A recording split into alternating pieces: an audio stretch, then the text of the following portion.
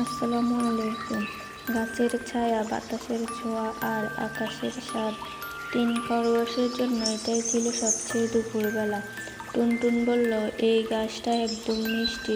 জমজম ঘাস মুখে নিয়ে গম্ভীর হয়ে বলল, এটা শুধু ঘাস না, এটা খরগোশদের চকলেট। আর লালু চোখ বন্ধ করে বলল, এই বেলায় কেউ ডিস্টার্ব করো না, আমি ঘাসের স্বপ্ন দেখতেছি।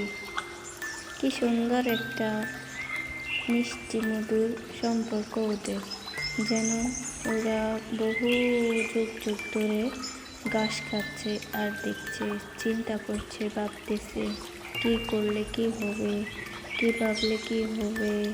সুন্দর লাগছে ওদের কথা বলার, খাওয়ার ধরনটা দেখে। Tata, good bye. সবাই দোয়া করবেন আর আমার পাশে থাকবেন। একটা কমেন্ট, একটা লাইক আর একটা সাবস্ক্রাইব করবেন।